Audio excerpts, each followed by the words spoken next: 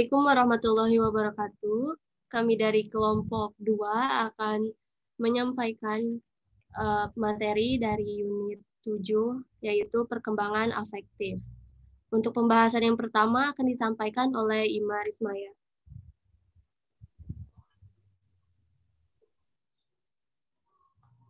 Bagian A, perkembangan emosi.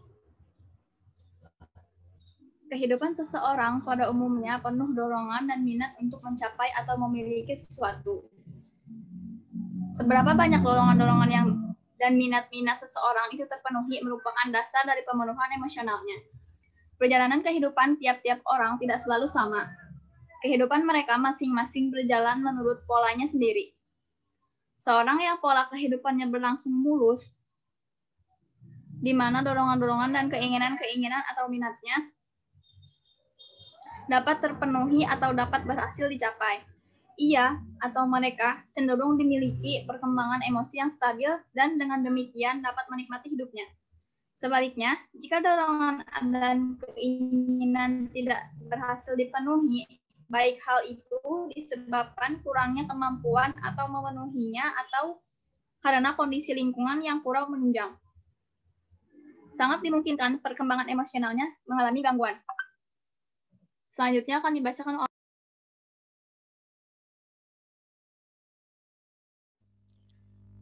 Selanjutnya yang pertama, pengertian emosi. Perbuatan atau perilaku kita sehari-hari pada umumnya disertai oleh perasaan-perasaan tertentu seperti senang, gembira, cinta, marah, takut, cemas, dan benci. Disebut warna afektif.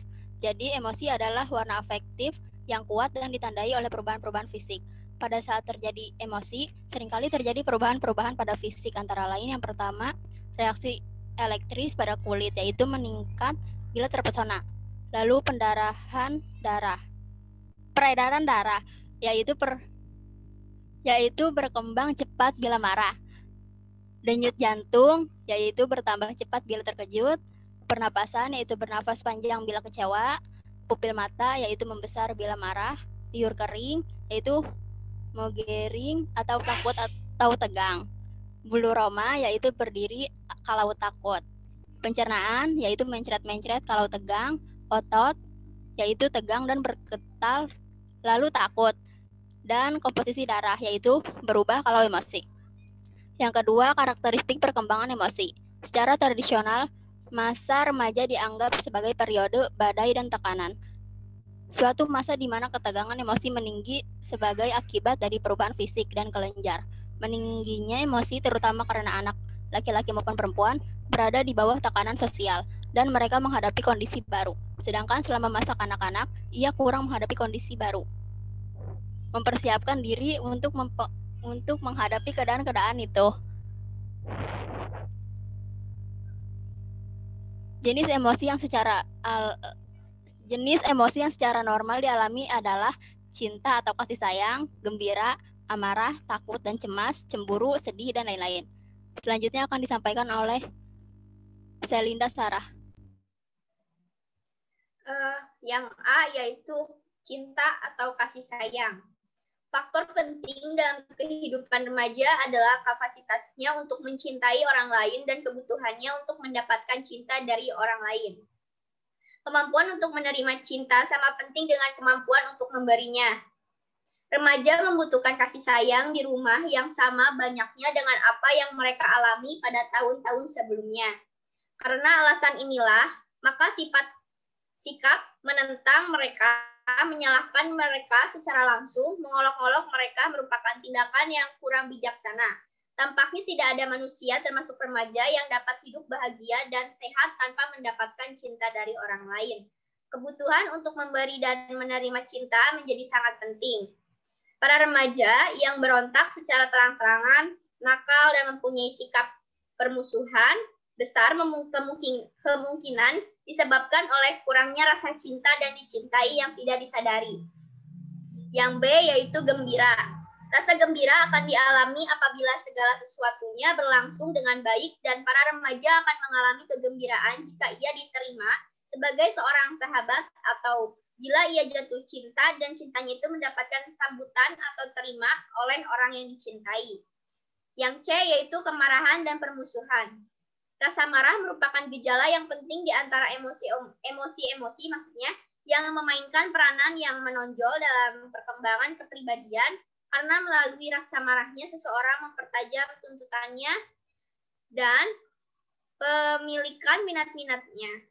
Rasa marah ditimbulkan oleh adanya hambatan-hambatan atau rintangan-rintangan terhadap rencana-rencana, minat-minat, dan tindakan-tindakan remaja. Dan yang terakhir, yang D, ketakutan dan kecemasan. Anak-anak, remaja maupun orang dewasa semuanya mengalami rasa takut. Perasaan takut ini disebabkan karena adanya kejadian-kejadian mengancam atau membahayakan, mimpi-mimpi buruk, atau karena merasa tertuduh oleh kesalahan-kesalahan yang dibuat. Selanjutnya dibacakan oleh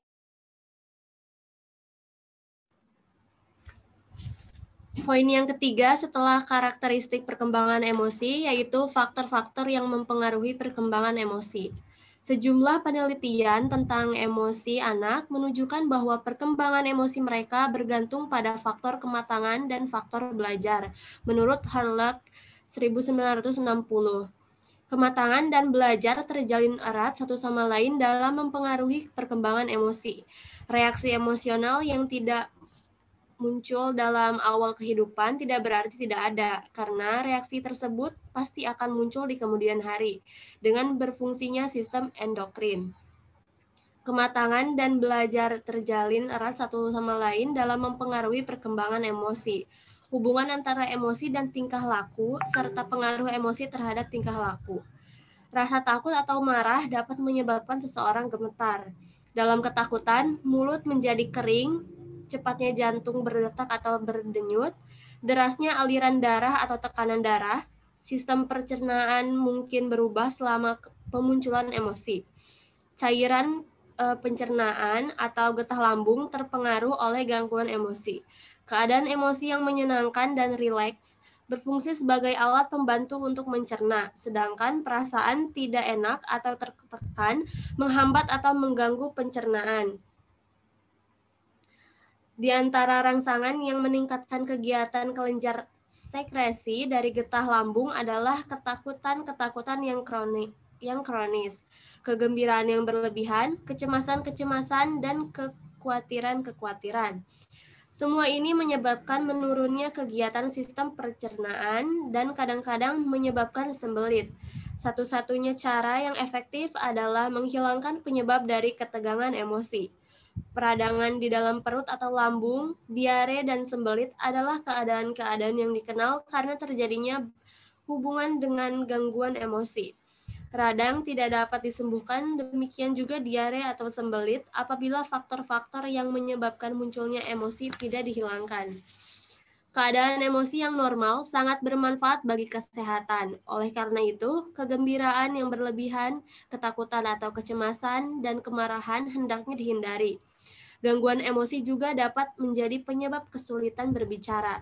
Ketegangan emosi yang cukup lama dapat menyebabkan seseorang gagap. Seseorang yang gagap dapat normal berbicara bila rileks dan semakin tidak normal bila berhadapan dengan situasi yang menegangkan atau membingungkan.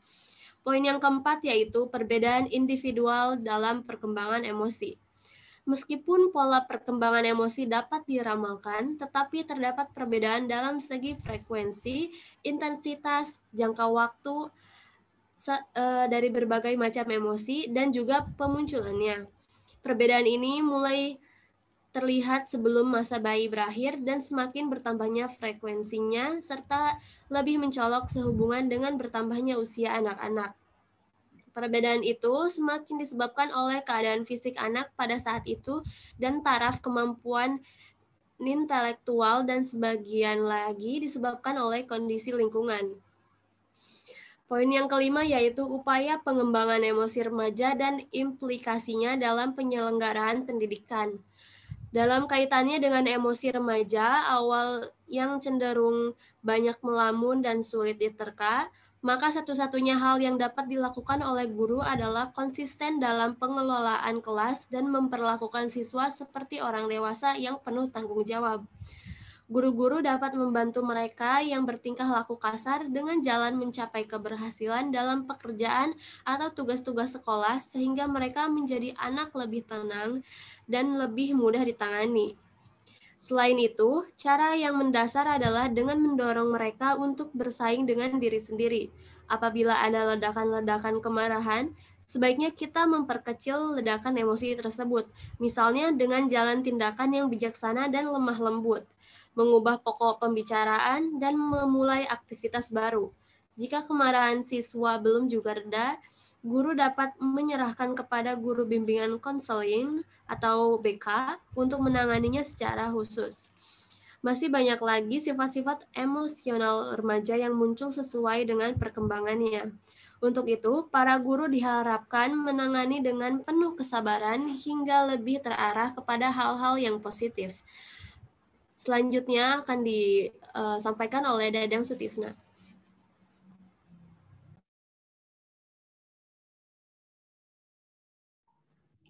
Lalu selanjutnya, perkembangan nilai moral dan sikap. Nilai-nilai kehidupan adalah norma-norma yang berlaku dalam masyarakat, misalnya adat kebiasaan dan sopan santun.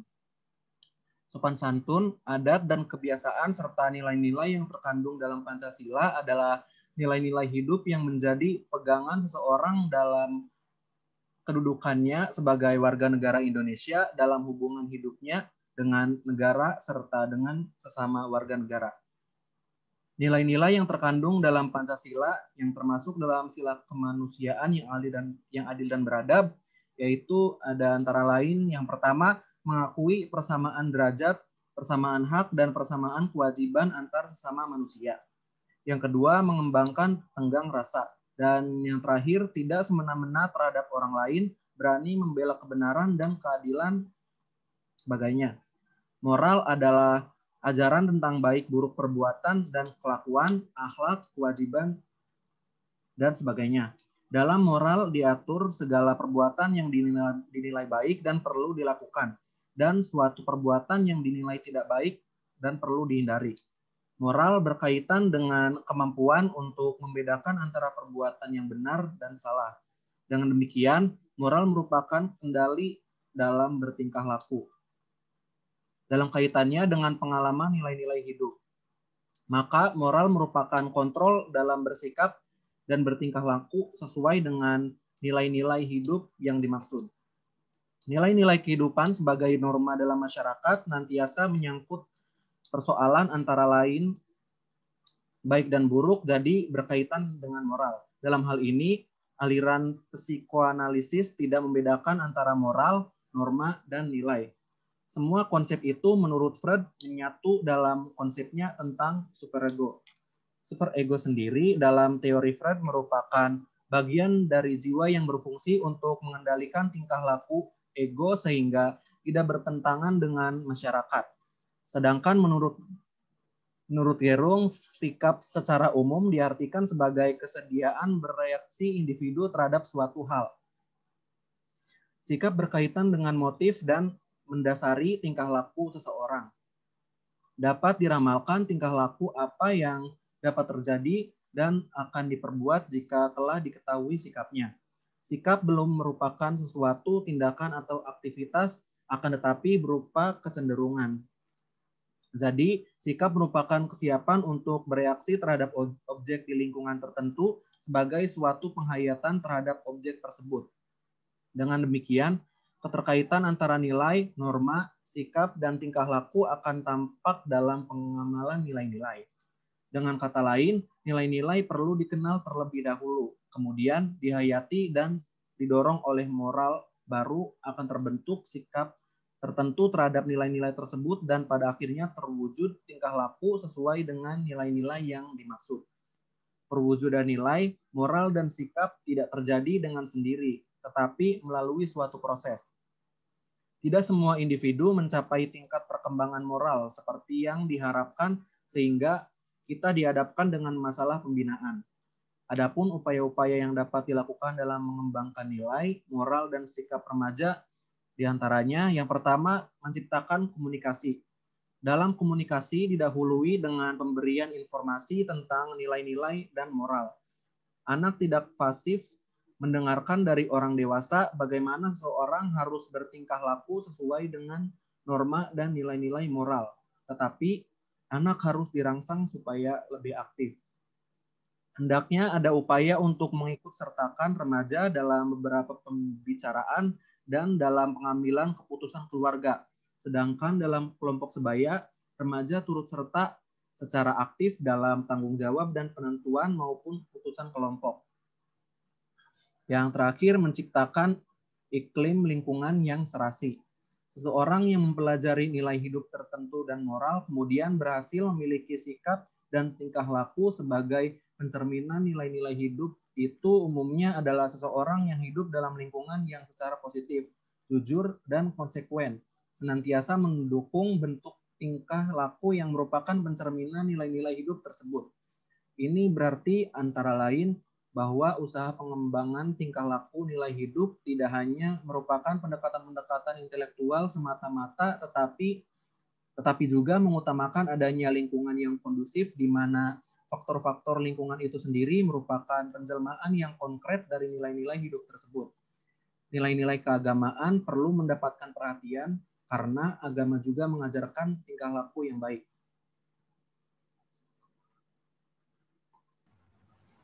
Sekian penyampaian materi mengenai perkembangan afektif oleh kelompok 2. Kurang lebihnya mohon maaf. Wassalamualaikum warahmatullahi wabarakatuh.